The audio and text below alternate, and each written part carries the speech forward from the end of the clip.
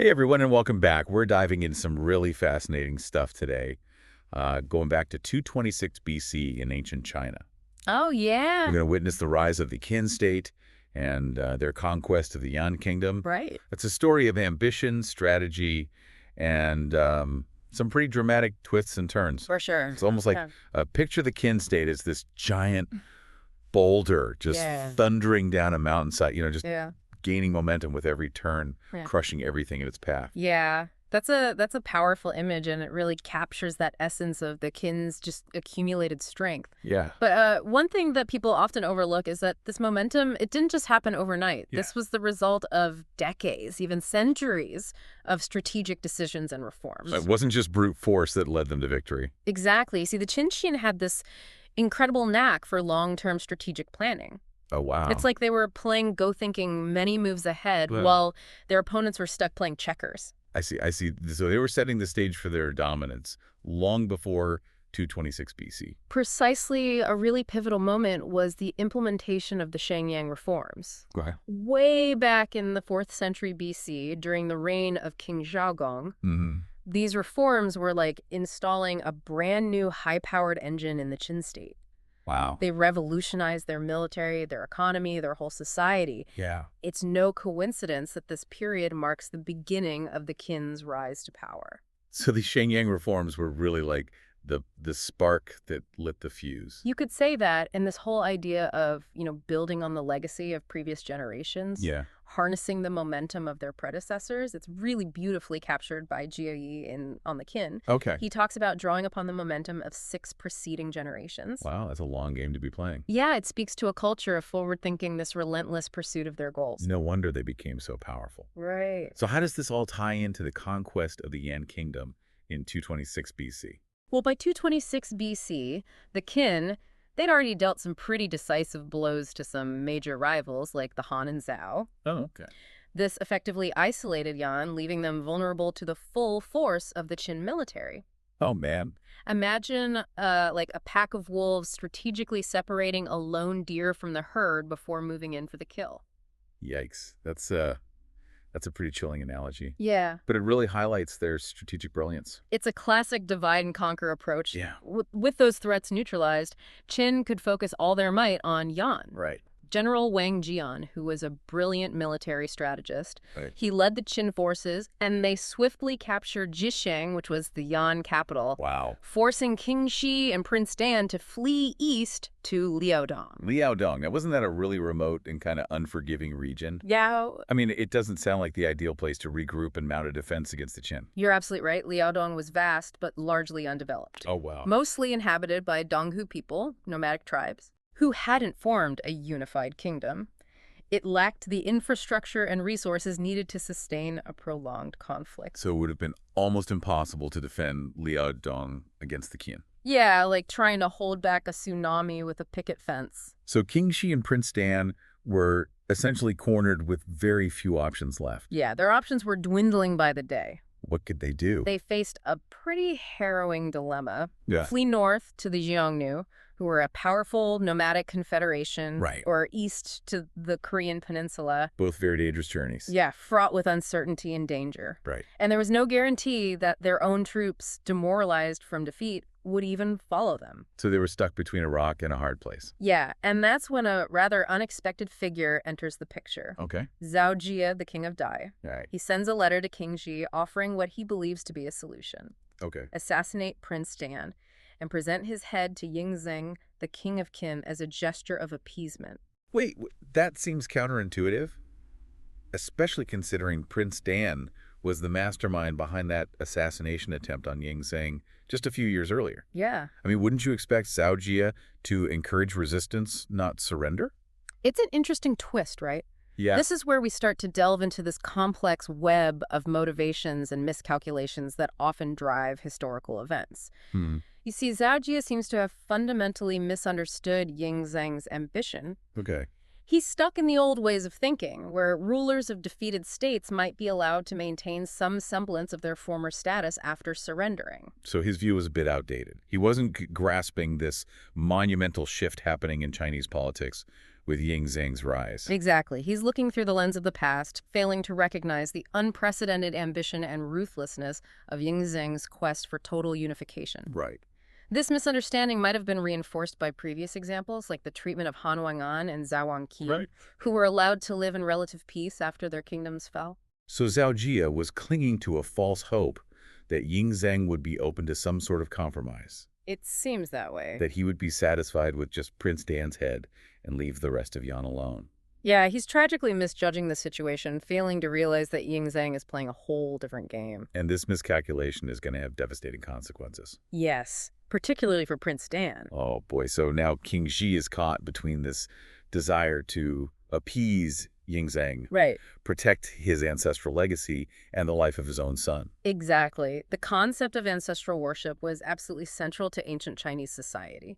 It was believed that the spirits of one's ancestors had a profound influence on the fortune of their descendants. Oh, wow. Maintaining the ancestral line and honoring those who came before was paramount, even above the life of an individual. So King Xi is in an impossible situation. Yeah. Torn between the Confucian values of filial piety, duty to family, Right. and the overwhelming pressure to preserve his ancestral lineage at all costs. And tragically, it seems the weight of tradition and the desperate hope of saving his lineage tipped the scales. Wow. King Xi, influenced by Zhao Jia's misguided advice, makes the agonizing decision to sacrifice his own son, Prince Dan, Try to appease Ying Zheng. in a futile attempt to appease the wrath of Ying Zheng. Yes, Okay, so we've set the stage for this heartbreaking act of sacrifice. we have. What happens next? Does Prince Dan go quietly?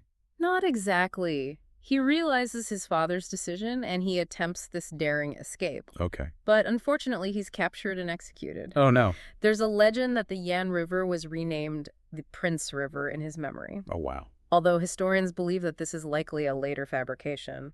Even if it's just a legend, it speaks to the emotional impact of his story, the tragedy that surrounded his fate. It does. But what about the archaeological evidence? What does that tell us about what happened after Prince Dan's death? Well, archaeological findings in the Han River area, particularly the discovery of weapons and artifacts dating back to the Warring States period, paint a pretty vivid picture of the Qin's pursuit. So even after obtaining Prince Dan's head, Ying Zheng wasn't satisfied. Not at all. The records of the Grand Historian, while a bit unclear on whether Ying Zheng actually received Prince Dan's head, leave no doubt about his unwavering determination to crush any remaining resistance. And he was furious. No, his anger was far from satiated. So this unstoppable force analogy really holds true. It does. They were like a juggernaut, just plowing through any obstacle. Precisely. And this relentless pursuit, this would have lasting consequences. In what way? Setting the stage for the incredible story of Gao Jianli, Okay. another individual caught in the crosshairs of Qin's ambition. And his story is coming up next, I assume. You got it. We'll save that tale for the next part of our deep dive. Sounds intriguing. Can't wait to hear more about Gao Jianli and how his story unfolds amidst this epic power struggle. We'll be back after a short break to pick up the story and explore the wider ramifications of Ying Zheng's conquest. Stay tuned. So we left off with the Qin forces just relentlessly pursuing the remnants of the Yan state. Yeah. It's a story filled with political intrigue and sacrifice. Right. And this overarching theme of Qin's unstoppable momentum. Yeah. What happens next? Who is this Gao Jianli you mentioned? And how does he get tangled up in this historical drama? Well, Gao Jianli was a close friend of Prince Dan. Okay. And he was known for his skill as a musician. Oh, okay. A lute player, to be precise. Interesting. After Prince Dan's death, he was consumed with this desire for revenge against Ying Zheng, I see. and he was willing to go to extraordinary lengths to achieve it. Okay. I'm picturing this talented musician, Yeah. heartbroken over the loss of his friend, plotting to take down the most powerful man in China. Yeah. What kind of plan did he come up with? Well, Gao Jianli was determined to use his musical talents to get close to Ying Zheng. He knew that the king of Qin was fond of music, and he hoped to use that to his advantage. He devised a pretty daring plan, some might even say crazy, Oh, hey, I'm intrigued. to assassinate Ying Zheng with a weaponized lute.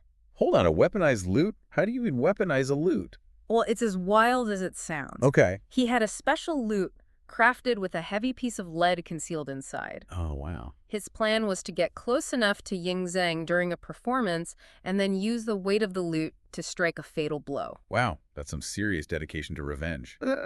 So did he manage to pull it off? It was a close call. Really? He actually managed to gain access to Ying Zheng's court and was even invited to perform. Wow, he got that far. He did, and as he played, he inched closer and closer to the king. Oh, man. I can only imagine the tension in that room. What happened next? Well, just as Gao Jianli was about to strike, Yeah. Ying Zheng noticed something was off. Oh. He saw the unusually large size of the loot, and he sensed the weight of it. It was suspicious. Talk about a near miss. Yeah. It's like a scene out of a spy thriller. Right. But it also speaks to the level of paranoia that must have surrounded Ying Zheng. I mean, he was constantly on guard, knowing that his rise to power created a lot of enemies. Absolutely. The assassination attempt, even though it failed, Yeah. it reveals a lot about the challenges of maintaining power in such a tumultuous period. So how did Ying Zheng react to this close call? Well, as you might expect, he was furious. Mm-hmm. He ordered Gao Jianli to be executed immediately. That makes sense. Yeah. But I thought you said his life was spared. Well, there's a twist to the story. Oh, there's always a twist. According to some accounts, Ying Zheng was so impressed by Gao Jianli's skill as a musician and his courage Really? that he decided to spare his life at the last moment. Wow, what a turn of events. He did, however, have his eyesight blinded rather than killing him. So he was punished, but still allowed to live. It seems even Ying Zheng could be swayed by talent and audacity. It seems so. But this whole episode really highlights the risks that individuals like Gao Jianli took in defying the absolute power of the Qin state. Right. It's a reminder that not everyone just bowed down to the Qin. Exactly. So we've talked about the Qin's relentless pursuit of power and their brutal efficiency in crushing their enemies. Yeah. But what about the lasting impact of their unification? Was it all just about conquest and control? That's an important question. While the Qin dynasty itself was actually pretty short-lived, How short are we talking? only about 15 years, Oh, wow. its impact on Chinese history is undeniable. Okay, so what were some of the lasting changes? Well, Ying Zheng's quest for absolute power led to some really profound changes that would shape China for centuries. Like what? Well, for starters, he standardized weights and measures across the entire empire. That seems like a pretty minor detail. Yeah, it might seem minor, but it had a huge impact on trade and commerce. Okay. I guess I can see how that would make things easier. Imagine trying to do business when every region has its own system of measurement. That sounds like a nightmare. It would be chaos. Right, so it's all about creating a more unified and efficient system. What else? Another major undertaking was the construction of the Great Wall. Oh. Now, it's important to note that the Great Wall as we know it today was mostly built during the Ming Dynasty, Okay, but the Qin Dynasty laid the groundwork. I see. They connected and fortified existing walls and ramparts, creating this massive defensive barrier to protect their northern borders from nomadic invaders. So the Qin dynasty initiated this iconic symbol of China's strength and resilience. Indeed. And perhaps the most lasting impact of the Qin dynasty was the establishment of a centralized bureaucratic system. Okay. They abolished the old feudal system where regional lords held a lot of power, and they created this system of prefectures and counties directly administered by the central government. So they were essentially creating a blueprint for a more unified and centrally controlled China. Exactly. And this system of governance, with its emphasis on meritocracy and standardized laws, would become a defining feature of Chinese civilization for centuries to come. It's hard to overstate the impact of those administrative reforms. Yeah, it really is. So even though their reign was relatively short, their impact was profound. It's like they planted the seeds for a whole new era in Chinese history. That's a great way to put it. They created this framework for a unified and powerful China that would endure for millennia. Of course, Ying Zheng's methods were often brutal and ruthless, Right. but there's no denying his vision and his lasting impact. So he was a complex figure, a visionary tyrant who shaped the destiny of a nation. Yeah. It really makes you think about the complexities of power and the legacy of those who wield it. But I'm curious, what about those who opposed the Qin? Were there any pockets of resistance that managed to survive? Well, after the fall of the Yan Kingdom, the Qin turned their attention south to the state of Chu, the last major obstacle to their unification of China. So they weren't done yet. No, the conquest of Chu was a fierce and bloody affair, but ultimately the Qin emerged victorious. So with the fall of Chu, the warring states period finally came to an end, and Ying Zheng's dream of unified China became a reality. It did. What happened next? Yeah. How did he consolidate his power and rule this vast new empire? Well, after achieving unification, Ying Zheng took on the title of Shi Huangdi. Okay. which means first emperor. Got it. He implemented a series of policies aimed at solidifying his control and creating a lasting dynasty. Like what? He standardized the written script currency and even the axle length of carts to facilitate trade and transportation. It seems like he was really obsessed with creating uniformity and control. He was. Was there any room for dissent or opposition in this new empire? Not really. Ying Zheng was deeply suspicious of anyone who might challenge his authority. Oh, wow. He cracked down on Confucian scholars who criticized his policies, Yeah. famously ordering the burning of books and the burying alive of scholars who dared to oppose him. A chilling example of his ruthlessness. It really is. Yeah. But it also raises an interesting question. What's that? If he was so powerful and had achieved his goal of unifying China, why was he so paranoid and obsessed with control? That's a fascinating question, and one that historians continue to debate. I bet. Some argue that his paranoia stemmed from the constant threat of assassination and rebellion that he faced throughout his reign. That makes sense. Others suggest that it came from a deep-seated fear of losing the power that he had fought so hard to achieve. I suppose absolute power can be a very isolating and precarious thing. It can make even the most powerful individuals feel vulnerable and insecure. You're right. But how did the people of China react to his rule?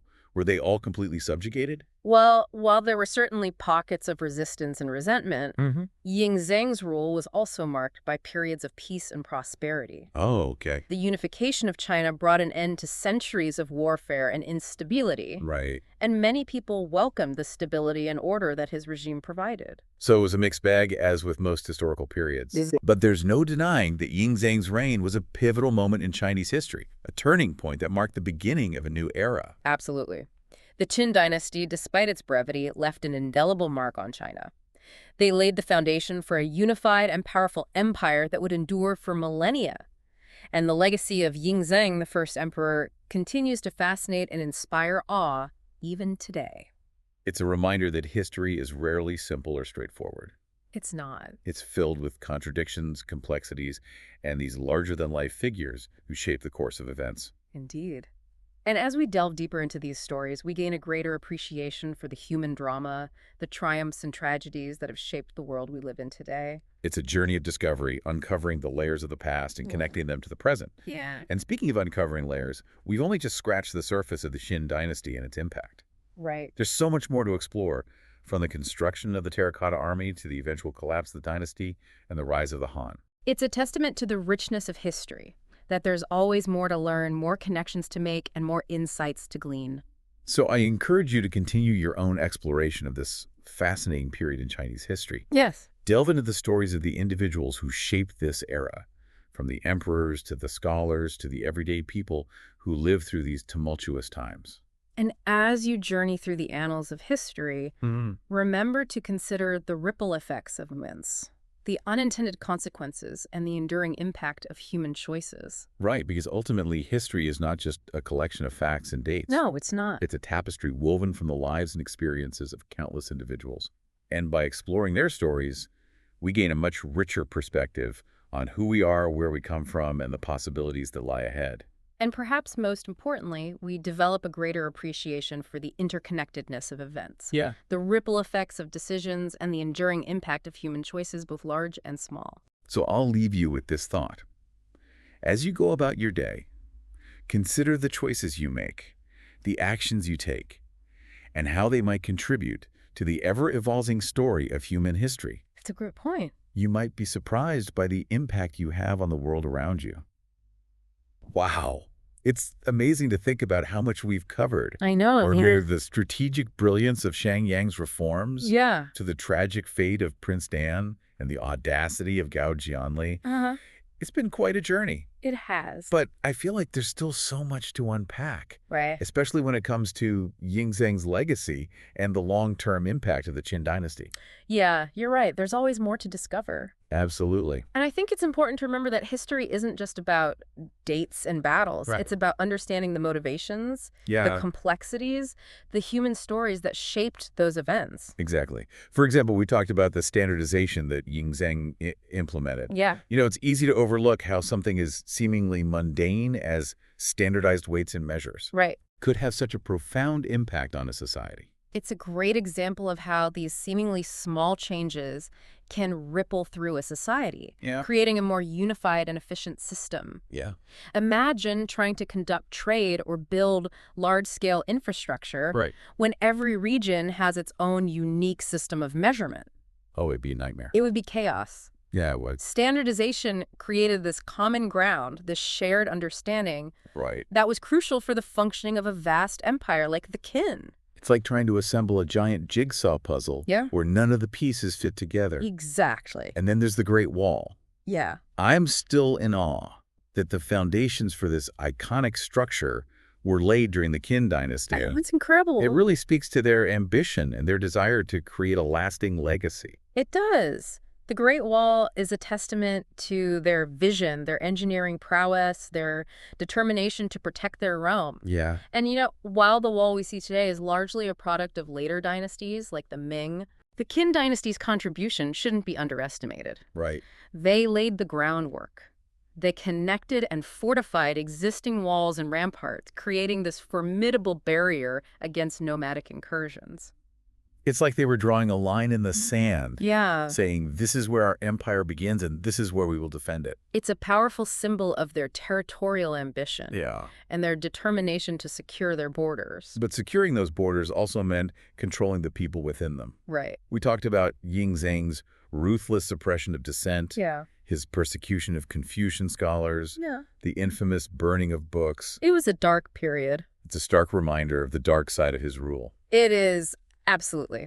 While Yingzheng's achievements were remarkable, his reign was also marked by brutality and intolerance for opposing views. Right. The burning of books and the persecution of scholars was a tragic attempt to stifle intellectual freedom and consolidate his power. It's a classic example of a ruler who, despite achieving unification, remained deeply insecure and fearful of losing his grip on power. Definitely. It makes you think, at what cost did this unification come? It does. It really does. The Qin dynasty's achievements came at a high price, paid in human lives. Yeah. Lost freedoms and the suppression of dissenting voices. But amidst this darkness, there's also this enduring legacy of innovation and centralized governance. That's true. The administrative reforms, the standardization, the infrastructure projects.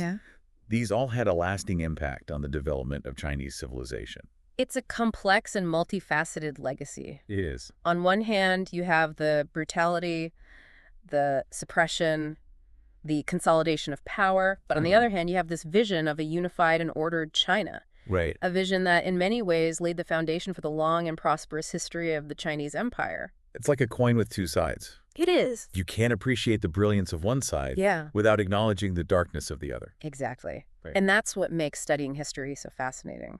It does. It's about understanding the nuances, the contradictions, the triumphs and the failures that have shaped human events. So, as we wrap up our deep dive into the Qin Dynasty and the fall of the Yang Kingdom, I think we're left with a much richer understanding of this pivotal period in Chinese history. I agree. We've seen the rise of a powerful state, the ambition and ruthlessness of its leader, and the lasting impact of its policies, both positive and negative. We've explored the strategic brilliance of Shang Yang's reforms. We have. The tragic fate of Prince Dan. The audacity of Gao Jianli and the legacy of Yingzheng, the first emperor. For sure. But, most importantly, I hope we've highlighted the importance of looking beyond the surface of these historical events. I agree. Seeking a deeper understanding of the motivations, the choices, the human stories that shaped those events. Because ultimately, history is not just a collection of facts and dates. It's not. It's a tapestry woven from the lives and experiences of countless individuals.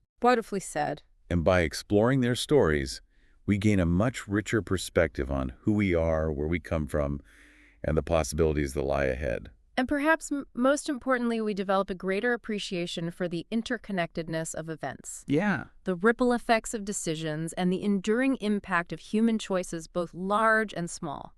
So as we finish up here, I'd like to leave you with this thought. Okay. As you go about your day today, consider the choices you make, the actions you take, and how they might contribute to the ever-evolving story of human history. You might be surprised by the impact you have on the world around you. That's a great point to end on.